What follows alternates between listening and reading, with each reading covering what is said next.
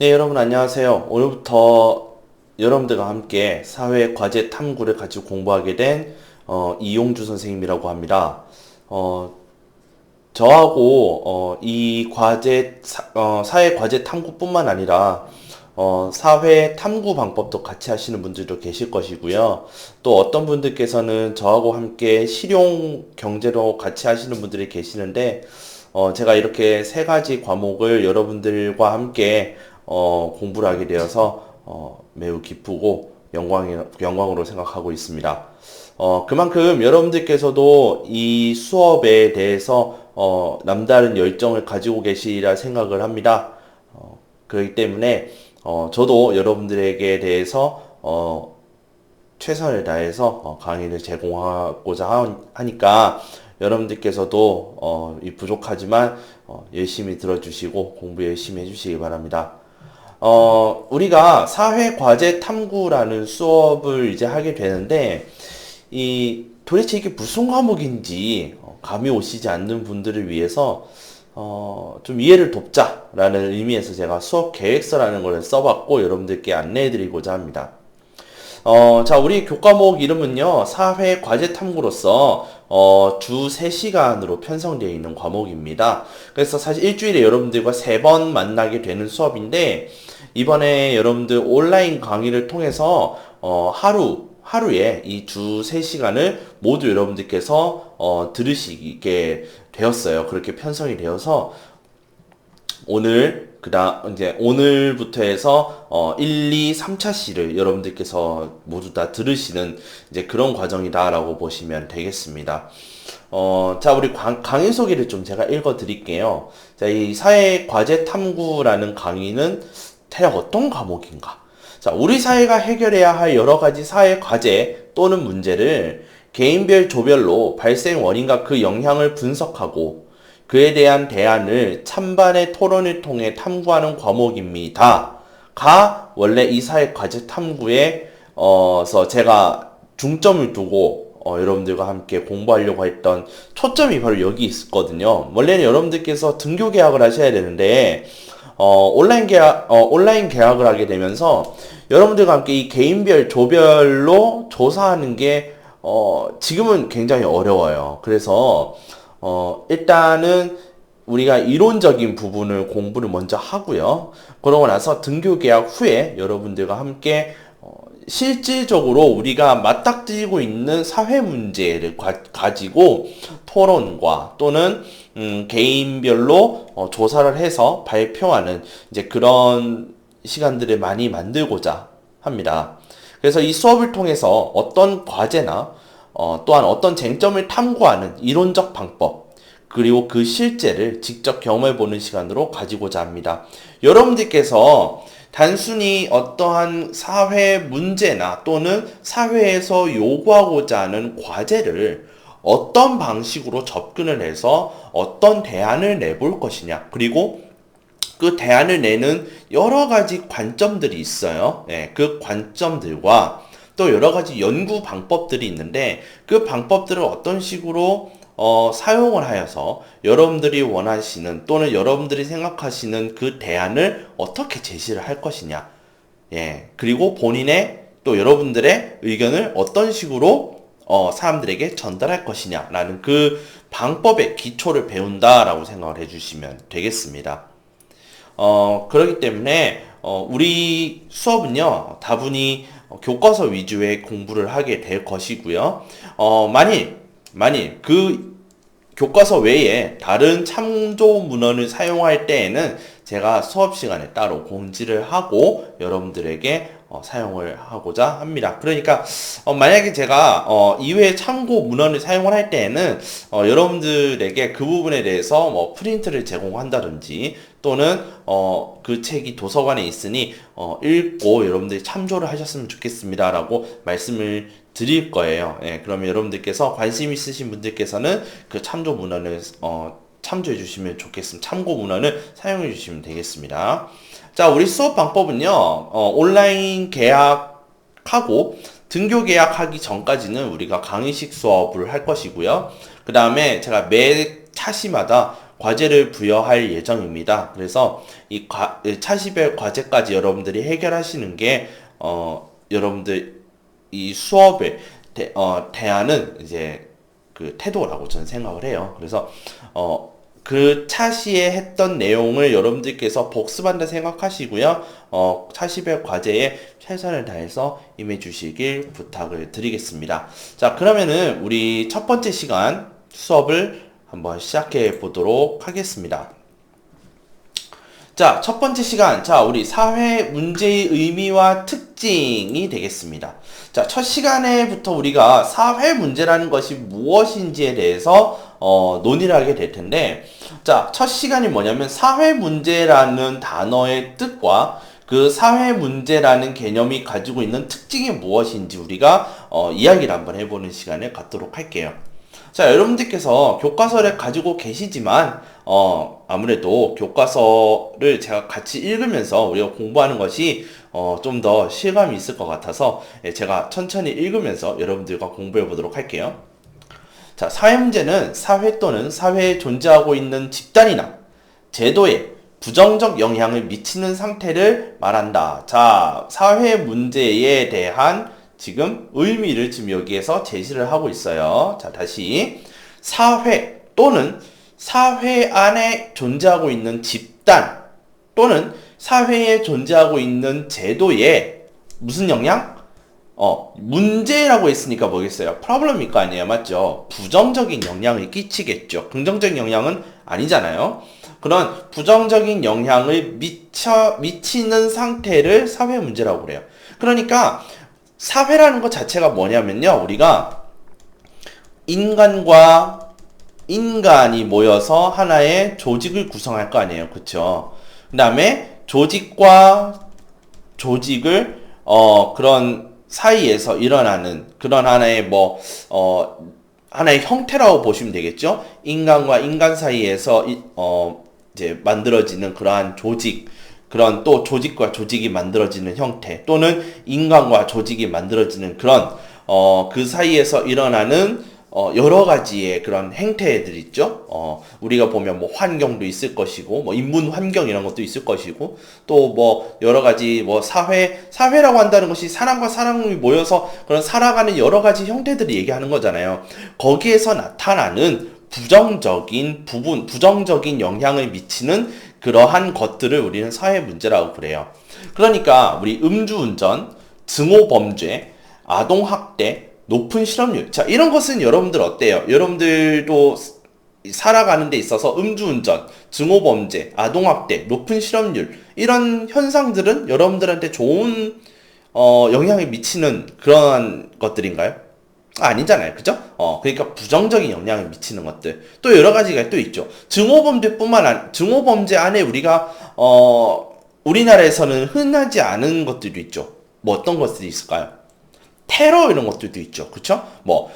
종교 간의 갈등이라든지 또는, 중동 사회와, 또 미국으로 대표되는 그런 이제 강대국들 간의 그런, 사소한 마찰 있죠. 예. 그러한 것들, 그런 걸로 인해서 이 이슬람이라든지 또는 중동 사회에서 그러한 강대국들 또는 뭐 선진국들에게 뭐 테러를 감행한다든지 그런 것들도 하나의 증오범죄가 될 수가 있을 것이고요. 그리고 또한 사실 아동학대 부분도 굉장히 많이 논의가 되고 있죠. 그쵸? 우리가 사실 예전에 아동학대라고 한다는 것은 선생님이 어렸을 적에는 그런 아동학대에 대한 범위가 넓지가 않았습니다. 그래서 아이를 흠씬 이제 매타작을 한다든지 또는 소리를 지른다든지, 그러니까 이제 어머니 아버지께서 이제 화가 나셔서 이제 그런 이제 교육적 목적으로 아이를 혼내는구나, 이제 이렇게 보통 이제 생각하던 사회였어요. 그 좋은 사회다라고 말씀드리는 게 아니고 그랬다는 거죠. 근데 지금은 뭐예요? 그렇게 소리를 치거나 또는 조금의 체벌을 가한 것을 옆집에서 본다든지 또는 선생님이 그런 내용을 들었을 때는 요즘에 어떻게 하나요? 즉각 경찰에 신고하고 뭐 교육청에 또 뭐 알리고 그렇게 하잖아요. 그쵸? 그러니까 그런 부분도 요즘에 학대의 범주 안에 넣기 때문에 아동학대에 대한 그 사회적 문제성이 어때요? 더 부각이 되고 있는 상황이죠. 또한 우리가 지금 자본주의 사회를 맞이하면서 사회가 점차적으로 어떻게 돼가고 있죠? 효율 강조를 하고 4차 산업혁명, 그 다음에 AI, 그 다음에 기계가 좀 더 우리의 영역을 침범해 가고 있죠. 그런 과정에서 우리가 인간들이 하고 있었던 여러 가지 노동 형태들이 기계에 의해 대체가 되면서 다량의 실직이 발생하게 되고 있고요. 뿐만 아니라 실직만 일어나는 것이 아니라 직업도 위로 사라져가고 있죠. 그죠? 모든 것을 누가 대신하고 있기 때문에 기계가 대신하고 있기 때문에 그런 것들도 하나의 무엇입니까? 사회적 문제로 지금 부각이 되고 있는 거죠. 그런 것들은 사람들에게 악영향이 미치는 대표적인 사회 문제라고 볼 수가 있겠죠. 그런데 어떤 현상이 사회 문제로 규정되는지는 어떨 수가 있다? 언제나 같을 수는 없는 거예요. 달라질 수가 있다라는 거죠. 이게 사실 사회 문제의 한 가지 특징적인 부분이라고 볼 수 있어요. 자, 우리가 기존에 있었던 자연 문제라고 할까요? 자연 재해라든지, 그렇죠. 사실 자연재해로 대표되는 것들이 뭐 태풍, 그 다음에 뭐 허리케인 뭐 등등등 이런 것들, 뭐 지진도 있을 것이고요. 또 뭐 여러분들 뭐 지진해일 뭐 쓰나미라고도 그러죠. 그죠? 뭐 이런 것들. 이런 것들은 예전부터 지금까지 우리 사회에 또는 우리 인문 생활에 긍정적인 영향이 미치지는 않잖아요. 부정적인 영향들이 이제 미치게 되지. 그것을 예전부터, 그래서 이것은 하나의 문제로 규정될 수가 있죠. 그죠? 우리의 뭐 과제이고 이런 것들을 극복해야 되는 그런 이제 과제라는 것을 이미 예전부터 다뤄왔단 말이죠. 그런데 자연재해와는 다르게 우리 사회 문제라고 하는 것은 아까 같이 음주운전이라든지 그 다음에 아까 같이 또 뭐죠? 증오범죄 또는 아동학대, 자 이런 것들은 보시면은 이거는 여러분들이 우리가 조금 예전에 그런 역사적인 그런 변화를 우리가 생각을 했을 때 사회 문제가 가지고 있는 속성이 무엇이냐 또는 사회의 문제는 어떤 특징을 가지고 있느냐라는 것을 우리가 다뤄볼 거예요. 무슨 말이냐면 자 아까 아동학대에 대해서는 충분히 말씀드렸죠. 예전에는 아동학대가 문제가 되었다 안 됐다? 문제가 그나마 다루어지지가 않았다라는 거예요. 심각한 문제가 아니었다는 말이에요. 근데 그것이 어떻게 바뀌어가고 있어요? 문제가 많아지고 있고 그 문제가 점점 심각성을 더해가고 있다라는 거예요. 그러니까 사람들의 관심이 아동학대에 대한 사람들의 관심이 많아졌다라는 것을 의미하는 거죠. 즉 사회 문제라고 하는 것은 시기나 또는 시점 또는 어떤 사람 이 사회가 무엇을 더 집중하고 있느냐에 따라서 사회 문제시가 될 수가 있고 사회 문제가 되지 않을 수도 있다라는 거예요. 그렇죠? 미리 제가 그 부분을 깔고 가는 겁니다. 음주운전도 마찬가지죠. 지금은 음주운전하면 어떻게 됩니까? 죄가 굉장히 무겁죠. 그죠? 우리가 벌금 내는 걸로 끝나지도 않고 만약에 사고가 났다. 그러면 어떻게 됩니까? 꽤 징역을 오랫동안 살아야 될 수도 있어요. 그쵸? 그래서 여러 가지 법들이 있잖아요. 윤창호법이라든지 뭐 등등등. 그런 음주운전에 대해서 예전에는 어땠습니까? 그나마 관대했다라는 거죠. 근데 이제는 어떻게 돼가고 있어요? 심각한 범죄로 우리가 간주를 하고 심각한 살해 행위 또는 위협 행위로 우리가 간주하면서 법적으로 강력하게 처벌을 하고 있는 부분이지 않습니까? 그게 무슨 의미일까요? 음주운전이 우리 사회에 굉장한 부정적 영향을 미치고 있기 때문에 이러한 사회 문제시 되고 있다라고 우리가 생각하면 되는 거죠. 즉 여기서 얘기하는 것은 무슨 말이냐? 어떤 현상이 사회 문제로 규정되는지는 뭐 할 수 있다라는 거예요? 달라질 수 있다라는 거예요.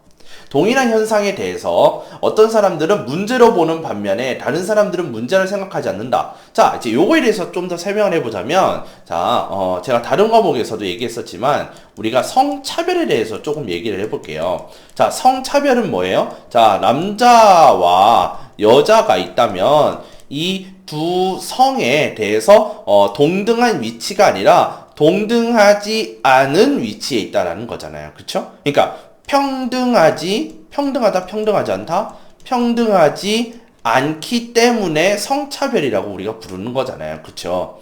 그것이 여자가 남자에 비해서 평등하지 않은 입장에 있다든지, 역으로 남자가 여자에 비해서 평등하지 않은 입장에 있다든지 모두 다 성차별에 해당한다고 저는 생각을 해요. 그쵸? 그 부분은 여러분들은 공감하시는지 모르겠는데, 어쨌건 이 두 성이 모두 평등한 그런 대우를 받고 있지 않다면 우리가 이것을 성차별이라고 얘기를 하잖아요. 그런데 이 성차별에 바라보는 입장이 어땠냐면, 자 보세요.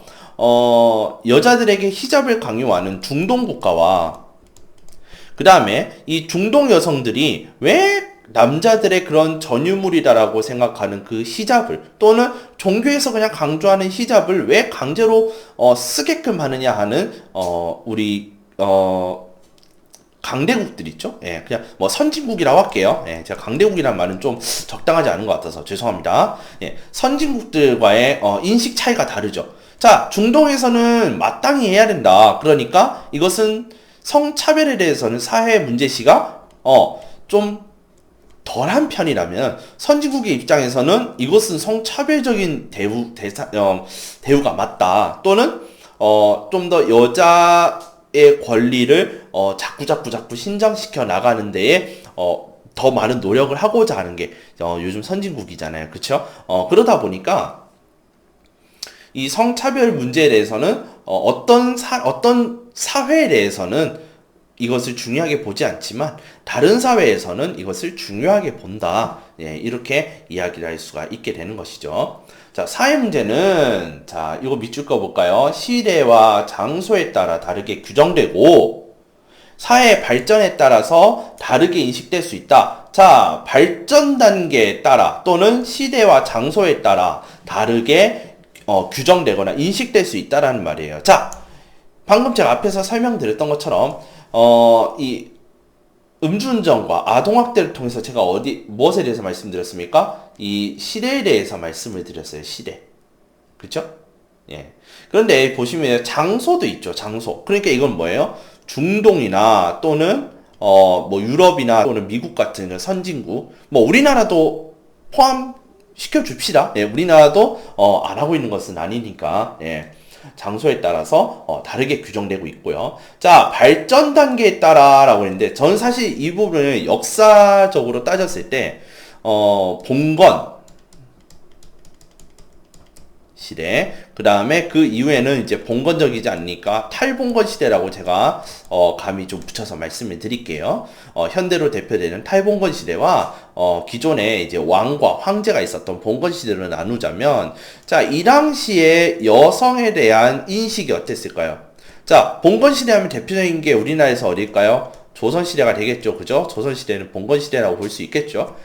탈봉건 시대는 지금의 대한민국이라고 볼게요. 그랬을 때, 자, 우리나라에서 역사적으로 남자 여자가 성차별을 받는 게 어떤 겁니까? 조선시대에 남존 여비사상이죠. 그죠? 네. 그러니까 제사를 지내는 권리를 남자한테만 보장하던 그 조선시대와, 이제 지금 대한민국 우리나라 입장에서는 이제 이런 남존여비 같은 게 있으면 됩니까? 안 됩니까? 안 되죠. 사회적 지탄을 받죠. 그죠? 욕먹죠. 그죠? 그런 탈봉건 시대에 와서 지금 와서 이런 남존여비 사상은 어떻게 돼요? 성차별이라는 이름으로 문제시가 되고 있죠. 그죠? 네. 근데 이 조선시대 당시에 이 남존여비 사상이 문제시가 됐었습니까? 상대적으로? 아니죠. 근데 대한민국 와서 지금 우리나라 때 와가지고 성차별이라고 하게 되면 어떻게 됩니까? 하나의 사회적 이슈로서 구설수에 오르게 되고 큰 문제가 발생을 하게 되는 것이죠. 그러니까 역시 사회의 발전 단계에 따라서도 다르게 인식될 수 있다라는 말은 제가 이렇게 방금 설명을 드렸기 때문에 충분히 이해하셨으리라 생각하고 넘어갈게요. 자, 읽어봅시다. 20세기 이전에는 대부분의 사회에서 소득 불평등이나 성차별 등이 사회 문제로 여겨지지 않았다. 자, 20세기 이전이니까 제가 지금 뭘로 대표했습니까? 봉건으로 대표했죠. 그죠?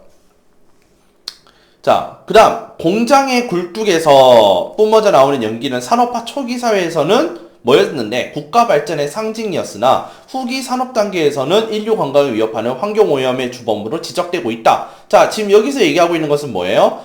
공장의 매연이 가지고 있는 상징적인 그런 인식이 바뀐 거죠. 그죠? 네, 인식이 바뀐 거라고 봅시다.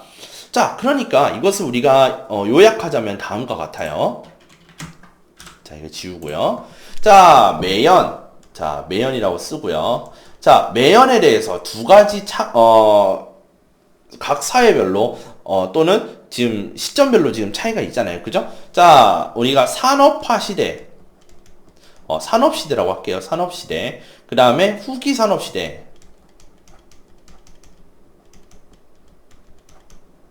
자, 산업시대와 후기 산업시대의 특징에 대해서 우리가 간단하게 생각을 해봅시다. 자, 여러분, 산업시대 하면 산업혁명 이후부터, 예, 후기 산업시대 앞에까지겠죠. 그죠? 자, 근데 우리가 후기 산업시대 앞에까지 이 산업시대에서는 대략 어땠을까요? 뭐가 굉장히 많았을까? 공장이 엄청 많았겠죠. 그죠?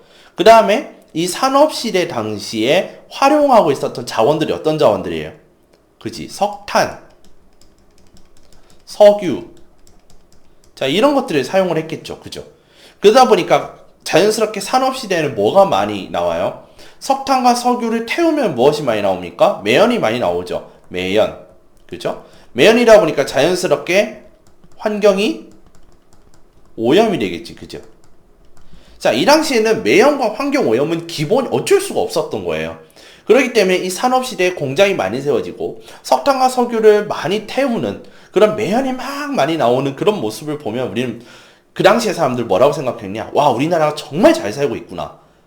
그러니까 공장이 많은 나라는 물건을 많이 만들기 때문에 그만큼 물건을 많이 판다는 것이고, 물건을 많이 판다는 것은 자연스럽게 그 나라의 경제력이 최고라는 뜻을 얘기하는 거겠죠. 그러니까 영국이 특히 어땠어요? 그 당시에 맨체스터라든지 그런 곳에 뭐 공장 부지 같은 게 공장이 굉장히 많이 세워져 있었잖아요. 그런 것처럼 공장이 많이 세워지면서 자연스럽게 매연과 환경 오염이 문제시가 돼가고 있는 거죠. 그렇지만 그 당시의 산업시대에는 매연과 환경 오염을 어떻게 막을 방법이 없었어요. 또한 국가의 경제력을 키우기 위해서는 이것은 어쩔 수 없이 우리가 희생해야 되는 부분이라고 생각을 했을 거란 말이야. 그쵸? 예, 공감하시나요? 자, 그렇기 때문에 자연스럽게 산업시대의 당시의 매연은 정말 나라의 그런 부해지는 그런 척도라고 볼 수가 있었다라는 거지. 그렇기 때문에 우리가 뭐라 해요? 국가 발전의 상징이라고 얘기를 했었죠. 근데 우리 후기 산업시대에 갈수록 공장이 존재하고 있지만 어떤 공장이에요? 무엇이 없는 공장? 매연이 없는 공장이에요. 그러니까 이제 제품을 만드는데 이렇게 막 매연을 막 내가면서 만드는 공장이 줄어들고, 그것이 아니라 뭐 반도체라든지 또는 IT라든지 그런 소프트웨어를 만든다라든지 그러한 공장들이 많이 생겨나게 되면서, 그런 기업들이 생겨나게 되면서 더 이상 매연을 만들어내는 공장의 수가 이제 없어지고요. 반대로 아까 같이 이제 최첨단 또는 고부가 가치 시대에 맞춰서 그러한 이제 형태가 없는 것들 있죠. 아까 같이 얘기하는 그런 이제 IT 계열, 프로그래밍, 그런 것들이 많이 만들어지는 세상이란 말이지. 그러다 보니 그리고 이전 산업시대에 오면서 매연과 환경 오염으로 인해서 어떤 일들이 발생해요? 우리의 건강을 좀먹기 시작하죠. 건강 악화. 그러니까 매연과 환경 오염으로 인해서 우리가 살아가고 있는 이 지구가 문제가 된다라는 거예요. 멸종이 된다든지, 또는, 자원이 고갈되어서, 경제적으로 문제가 된다든지, 또는 이러한 환경오염으로 인해서 우리의 건강이, 안 좋아진다든지, 이런 여러 가지 문제들이 벌어지면서, 이러한 매연과 환경오염은, 산업시대에는, 국력의 척도가 되었다면, 후기 산업시대에서는 매연은 뭐예요? 건강을 나쁘게 만드는 주범이 되는 거예요. 그러니까 인식이 바뀐 거죠. 뭘로 인식이 된 거예요? 문제가 된 거예요. 문제. 말 그대로 우리가 살아가는 데 있어서 문제시가 되는 거죠. 부정적 영향이 끼친 거기 때문에 사회 문제가 됐다라고 보시면 되겠습니다. 그쵸? 자, 사실 이 한 페이지를 설명하는데 제가 굉장히 말을 많이 했어요. 그만큼 제가 여러분들의 수준이 어느 정도 되는지를 잘 몰라서 이렇게 굉장히 자세하게 설명드린 점 여러분들 이해해 주시고 계속해서 제가 한번 읽어보도록 할게요. 계속 이제 이렇게 진행을 해볼게요. 자, 이슬람 국가에서 여성들이 히잡을 착용하지 않으면 큰 문제가 돼요. 자, 여성들은 항상 뭔가를 써야 돼. 그죠? 그래서 함부로 사람들에게 자신의 신체를 보여줘서는 안 된단 말이야. 여성들만. 이거는 성차별이죠. 그쵸? 우리한테 있어서 이건 성차별이에요. 그런데 비이슬람 국가에 대해서는 문제시가 되지가 않아. 그러니까 히잡을 안 썼을 때 이슬람, 즉 중동 국가에서는 큰 문제가 되지만 이슬람을 믿지 않는 국가에서는 문제시가 되지 않는 거예요. 그러니까 여름에 여러분들이 더우면 짧게 입을 수도 있는 거고, 그쵸? 그런 거잖아요. 즉, 동일한 사회적 현상이라도 어떤 사회에서는 문제가 되고, 어떤 사회에서는 문제가 되지 않기도 한다. 자, 그러니까 아까 같이 히잡을 쓰지 않는다라는 것, 이런 현상이 긍정적인지 부정적인지 알 수가 없어요. 다만, 이걸 가지고 문제시하는 곳도 있고, 문제로 삼지 않는 곳도 있다라는 얘기가 되는 거죠. 그죠? 오늘날 대부분의 사회는 산업화, 도시화, 정보화의 추세에 따라 발전해 가고 있고 세계화 및 개방화로 인해 한 국가는 다른 국가의 정치, 경제, 사회에 커다란 영향을 주고 있다. 자, 여기까지 한번 끌어볼게요. 자, 여기까지의 내용이 무슨 말이냐? 자, 오늘날 대부분의 사회라는 것은 지구상에 있는 세계적인 추세가 산업화, 그 다음에 그 이후에 같이 도시화도 진행이 되었죠. 그런데 산업화와 도시화가 어느 정도 진행되고 그 이후에 이제 시대가 발전함에 따라서 정보화의 단계에 우리가 지금 진입을 하고 있고 지금 정보화 단계에 있죠. 그죠? 그러니까 산업화, 도시화, 정보화 이렇게 되면서 그러니까 사회가 이렇게 진보하면서 또는 이런 산업화, 도시화, 정보화를 하면서 근데 자, 죄송한데요. 제가 다시 설명할게요. 자, 오늘 대부분의 사회라고 했잖아요. 그러니까 지금, 산업화 했던, 도시화 했던, 이제 그런 대부분의 사회들은 자연스럽게 정보화의, 시대에 발맞춰 가면서 진행하고 있다는 거예요. 공통적인 흐름이 존재한다라는 거죠. 그죠? 네, 공통적인 흐름.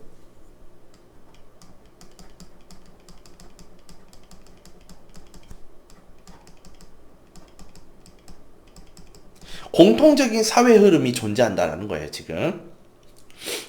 그러다 보니까 세계가 전반적으로 요런 정보화의 추세에 따라서 발전해 가고 있죠. 그죠? 그래서 세계화 및 개방화로 인해 한 국가에서는요, 사회 문제가 없는 나라는 없을 거 아니에요. 그죠? 그래서 한 국가, 그러니까 어떤 국가인지는 알 수는 없으나, 국가는 두 가지 형태의 사회 문제를 존재해요. 사회 문제가 존재한다. 첫 번째 사회 문제는 무엇이냐면 아까 같은 공통적인 사회 흐름에 따라서 전반적으로 나타나는 보편적 특징의 사회 문제. 그러니까 정보화 사회에 진입한 모든 국가들한테서 나타나는 사회 문제가 있을 수가 있고, 두 번째, 그 국가 안에서만, 특히 그 국가 전통적으로만, 또는 그 국가에 살고 있는 민족들 사이에서 나타나는 독특한 특징을 가지고 있는 사회 문제가 있다. 이렇게 두 가지를 볼 수가 있다는 거예요. 그러니까 우리나라 같은 경우에는 한 민족이기 때문에 그쵸? 대한민국 민족들 사이에서 나타나는 독특한 특징의 사회 문제가 존재함과 동시에 세계 전반적으로 흘러가고 있는 사회 흐름에 따라서 나타나는 보편적 특징의 사회 문제를 가지고 있다. 이렇게 우리가 볼 수가 있겠죠. 그러므로 세계화의 진전에 따라 한 사회의 문제는 그 사회의 역사와 문제에 따른 독특한 특징을 가지고 있는 동시에 아까 얘기했던 독특한 특징에 대한 내용. 동시에 다른 사회에서도 공통적으로 나타나는 보편적 특징도 가지고 있다. 자, 여기서 말하는 보편적 특징이 뭐라고? 그렇죠. 정보화, 산업화, 도시화, 그 이후에 세계화, 개방화로 인해서 세계 전반적으로 나타나고 있는 그런 사회 문제들을 얘기하고 있다. 네, 이렇게 우리가 정리하면 되겠죠. 이게 바로 사회 문제에 대한 의미이다. 자, 그럼 한번 정리해 볼게요. 자, 아까 우리가 봤던 이 한 챕터에 대한 정리를 하자면, 자, 사회 문제란 사회 또는 사회에 존재하고 있는 집단 제도에 안 좋은 영향을 미치는 상태를 사회 문제라고 그러고, 아까 같은 음주운전, 증오범죄 이런 것들은 대표적인 사회 문제다라고 볼 수가 있는 거죠. 그런데 이런 사회 문제는요, 누가 또는 어떤 나라가, 어떤 사회가 또는 언제, 어느 시대 때, 어떤 관점에 따라서 이것은 사회 문제로 볼 수도 있고 사회 문제가 안 될 수도 있다라는 것을 얘기를 하고 있어요. 그리고 이 사회 문제라고 하는 것은 흔히 두 가지의 특징을 지니고 있다. 한 나라에서 가지고 있는 특징이 첫 번째, 이 한 나라가 세계의 흐름에 따라서 공통적으로 나타나는 보편적 특징의 사회 문제를 가지고 있을 수도 있고 사회 현상을 가지고 있을 수도 있고 그 나라 전통적으로 그 나라 역사적으로 민족적으로 그런 내부의 그런 독특한 특징에 의해서 나타나는 사회현상 또는 사회 문제가 일어날 수 있다. 이렇게 우리가 정리해 주시면 좋을 것 같습니다. 자, 이제 사회 문제의 특징에 대해서 한번 얘기해 보도록 할게요. 사회 문제의 특징입니다. 자, 먼저 사회 문제는 객관성이라는 걸 가지고 있습니다. 자, 여기서 객관성이라는 말은, 자, 여러분, 객관이라는 말은 무슨 말입니까? 객관의 반대말은 주관이 되겠죠. 그죠? 네. 자, 주관이 될 거 아니에요. 그죠? 주관이라고 하는 것은 뭐예요? 우리 생각, 너의 생각. 그렇죠. 여러분 혼자의 생각이에요. 그건 네 생각이고, 이건 주관이죠. 그죠? 근데 객관은 뭐예요? 대다수의 생각이 아니라 모두의 생각이에요. 공통된 생각. 그러니까 누가 봐도 이거는 똑같은 거예요. 그죠? 누가 봐도 인정하는.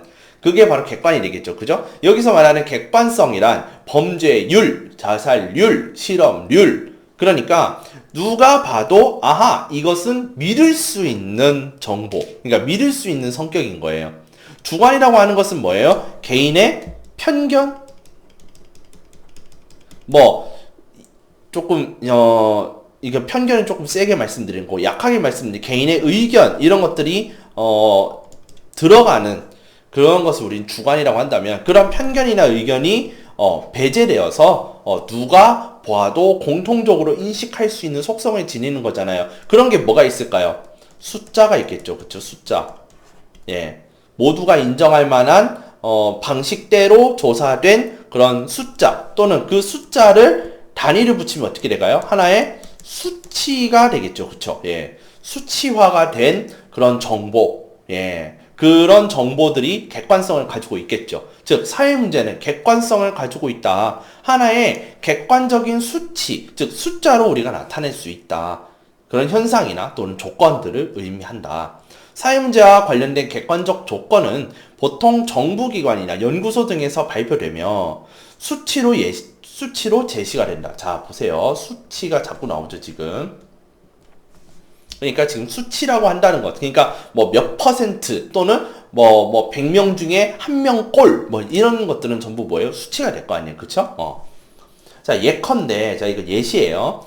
자, OECD 국가 중에서 우리나라는요, 자살률이 가장 높고 출산율이 가장 낮은 국가다라고 얘기를 한다. 자, 그랬을 때 자살률이나 출산율이라는 것은 지금 누가 집계한 거예요? 바로 OECD라는 이 조직에서 이것을 조사를 했겠죠. 그죠? 또는 이 OECD에서 얘기가 나왔겠죠. 야, 너네 자살률이랑 출산율 좀 계산해서 올려봐봐. 이렇게 해서 뭐 비교를 한다든지, 예, 그런 식으로 좀 대단위로 뭡니까? 조사를 하는 거죠. 뭐 나라에서 조사를 하든지 또는 뭐 나라에서 운영하는 연구소라든지 아니면은 조금 권위가 있는 연구소에서 한다든지 뭐 통계청 이런 데에서 한다든지 등등등 그런 곳에서 1년에 그러니까 어떤 조사를 하고 그 조사에 대해서 객관적 수치로 나타낸 예, 그러면서 야, 이거는 문제가 되는데? 그러니까 사회 문제는 뭐예요? 하나의 객관성을 가지고 있다라고 우리가 정리할 수가 있겠죠. 또한 사회 문제로 인해 발생하는 결과 또한 사회 문제의 객관적 현상을 이루고 있다.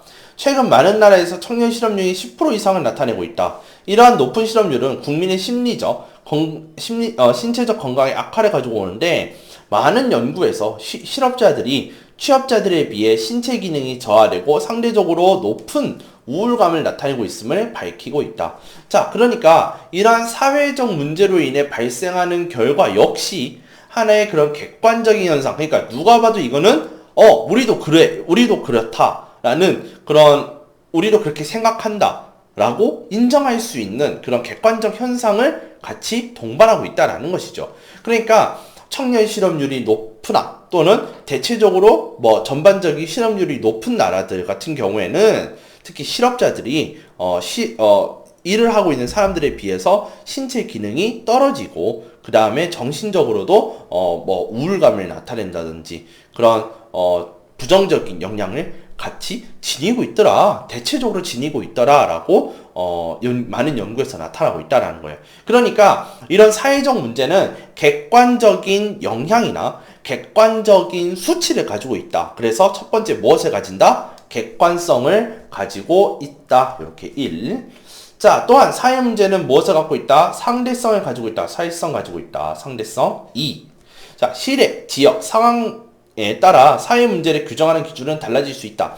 자, 그러니까 아까 같이 우리가 성차별 얘기를 했을 때 어떤 나라는 이것은 성차별이 아니야. 하지만 어떤 데에서는 이것은 성차별이야. 라고 보는 기준이 각각 같다 다르다? 다르다라는 거예요. 굉장히 중요해요. 객관성을 가지고 있지만은 또 다른 한편으로는 어떤 나라에 또는 어떤 지역에 따라서 또 어떤 조직에 따라서 또 어떤 구조적인 부분에 따라서 이것은 사회 문제로 규정하는 기준이 달라질 수 있다라고 말씀을 드리는 거예요.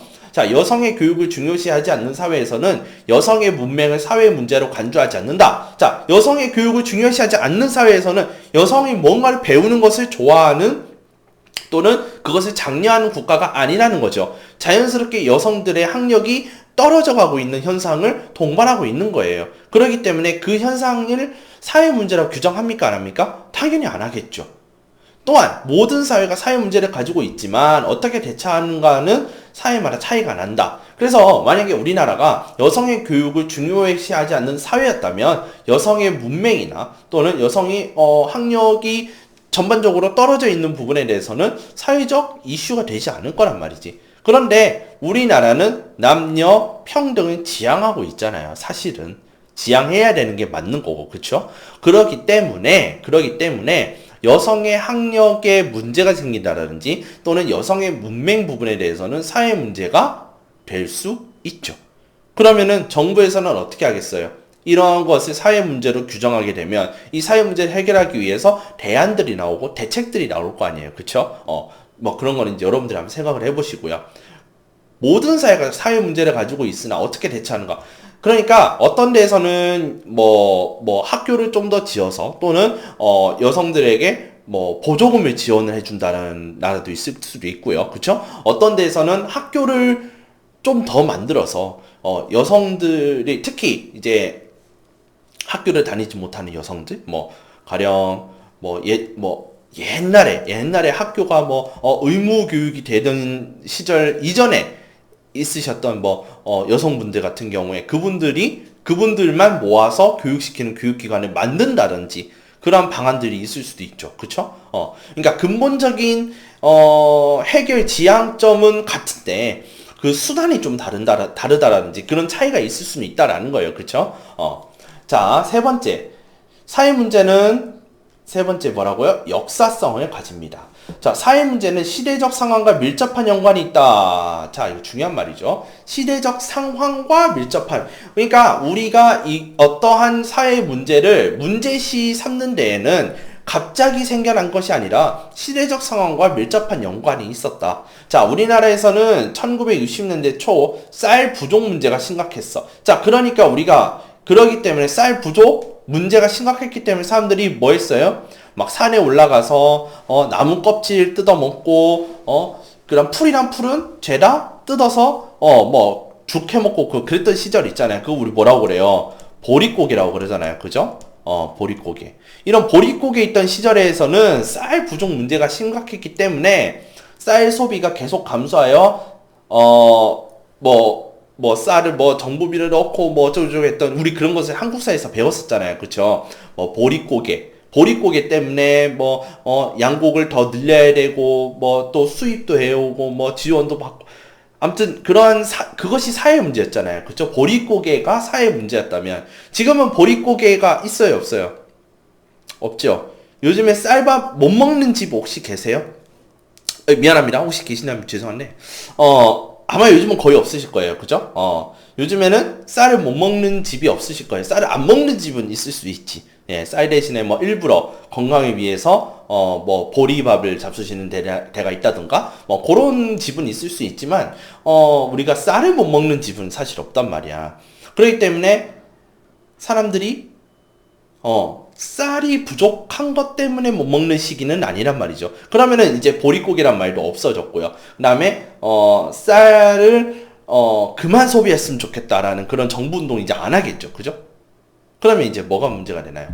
쌀을 너무 안 써서 문제가 되는 거야. 쌀은 정말 차고 넘치는데 사람들이 쌀 대신에 밀을 많이 먹기 때문에 그런 거예요. 사실 저도 굉장히 부끄럽긴 하지만 저도 사실 요즘 아침에 밥 대신에 사실 빵을 많이 먹게 돼요. 학교에 출근하다 보니까 아침에 일찍 일어나서 밥을 먹는 게 사실 쉽지는 않거든요. 그쵸? 예.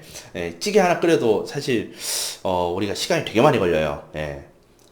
그러다 보니까 밥 반찬 해야 되죠. 그쵸? 예. 밥만 먹을 순 없잖아. 그런데 빵은 빵만 먹을 수 있잖아요. 뭐 아무튼 그러한 이제 좀 특징이 있긴 하고 예.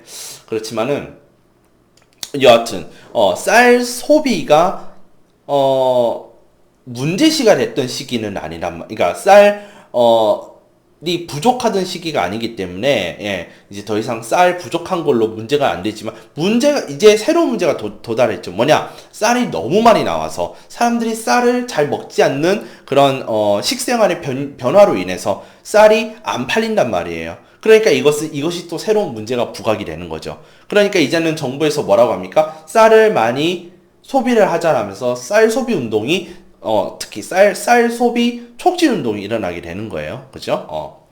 그러니까 뭐 가령 뭐 밥버거 또는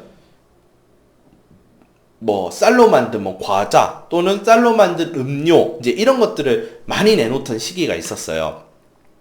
예, 그것도 제가 좀 시간이 좀 많이 옛날인 것 같긴 한데 어쨌건 쌀에 대해서 소비를 촉진하는 운동이 벌어지고 있는 상황까지 왔단 말이지. 그러니까 쌀에 대해서 그러니까 결론적으로 얘기하면 자 쌀에 대한 사회적 문제가 역사에 따라서 달라진다라는 거예요. 예전에는 쌀이 없었기 때문에 이것이 문제가 됐지만 지금은 너무 많은 거에 비해서 사람들이 많이 안 먹는다. 예, 이게 이제 문제로 바뀐 거예요. 쌀을 가지고도 예, 시간에 따라서 역사적인 상황에 따라서 인식하게 되는 사회 문제가 각기 달라질 수 있다라는 얘기를 지금 하고 있습니다.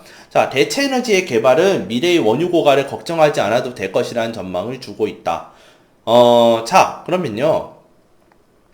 자, 지금 대체 에너지가 나왔죠? 자, 예전에는 우리가 뭡니까? 대체 에너지 얘기가 나왔다라는 거는 예전에 우리가 뭐 썼다라는 거예요.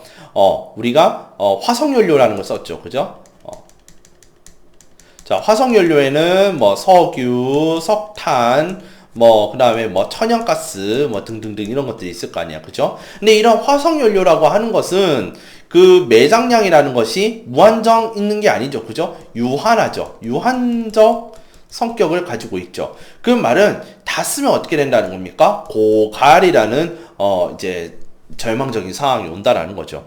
예전에 우리가 올 쇼크라고 해서요. 올 파동이 있었어요. 석유 파동이라는 게 있었는데 야, 이제 세계의 석유가 얼마 안 남았대. 그러면서 한번 크게 이슈화가 됐던 적이 있었어요. 그런데 그러한 오일 쇼크가 일어나고 그랬었는데 점차적으로 우리가 사회가 진보함에 따라서 화석 연료를 대체하는 대체 에너지가 등장하기 시작을 하죠. 가령 뭐 태양열 또는 수소 또는 풍력 또 그다음에 요즘엔 뭐예요? 여기에서 이제 파생되는 이제 전기 자동차라든지 그런 것들. 그러니까 이제 자연에서 이것을 가져올 생각을 하고 있는 거죠. 그죠? 자연을 에너지화 시켜서 그 무한한 양의 에너지를 공급받는 그런 대체 에너지가 개발이 되면서 더 이상 옛날같이 오일 쇼크가 일어난다든지 그런 일들은 잘 안 생기게 되었죠. 자, 이해되셨나요? 넘어가도 되겠죠? 자, 또한 과거에는 사회 문제로 간주되지 않았던 것도 시대의 흐름에 따라 사회 문제로 부각되어 해결이 모색되는 것도 있다. 자, 노예제가 폐지가 되고 여성 참정권 운동으로 여성의 권리가 신장된 것이 그 예다. 자, 근데 이거는요, 여러분들이 나중에 세계사를 공부를 하시면은 이 부분에 대해서 얘기가 좀 나올 텐데, 우리가 좀 잠깐 제가 좀 쉬는 시간으로 좀 가져보려고 이 얘기를 조금만 해볼게요. 자, 우리가 노예제가 폐지가 되고 이런 것들이, 이제 근대에 와서 이제 그런 일들이 많이 벌어지잖아요. 뭐, 미국 같은 경우에는 우리가 이제 남북전쟁 이후로, 노예제가 이제 폐지가 되고 있고요. 되었고, 그 다음에 이제 여성 참정권 운동 같은 경우도 이제 영국에서 이제 차티스트 운동 이후에 그 다음에 1차 세계대전이 지나가고 나서 여성들의 권리가 신장이 되죠. 그러면서 여성 참정권 운동이 일어나면서 자연스럽게 여성들이 그 선거권을 획득을 하고, 그쵸? 그렇게 정치에 참여하는 그러한 이제 일들이 일어나는데, 자, 이런 것들이 역시 여성에 대한 권리 또는 그런 인종차별이란지 그런 것들이 이 사회가 진보해 나가면서, 그러니까 사회가 이제 앞으로 나아가면서 진화하고 진보함에 따라서 이러한 일들이 자연스럽게 해결이 되는 그런 경우도 있어요. 그쵸? 그런 것들을 여러분들이 한번 생각해 보셨으면 좋겠어요. 자, 그러면 오늘 논의했던 이 수업 내용을 우리가 한번 정리해 보도록 할게요.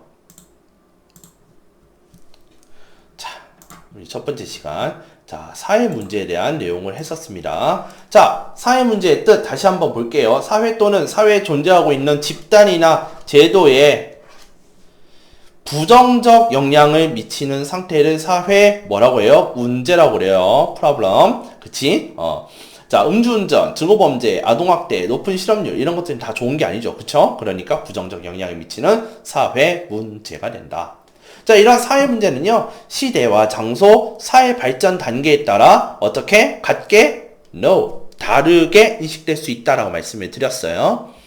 자, 그래서 성차별, 소득 불평등, 공장의 매연 이런 것들이 시대와 장소, 사회 발전 단계에 따라 사회 문제가 될 수도 있고 사회 문제가 안 될 수도 있다라는 것을 이야기하고 있습니다.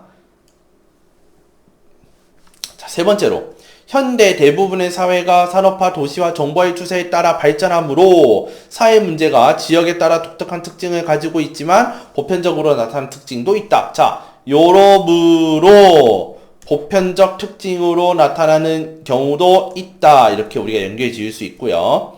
지역에 따라 독특한 특징이 나타날 수 있다. 이렇게 연결 지으면 되겠지.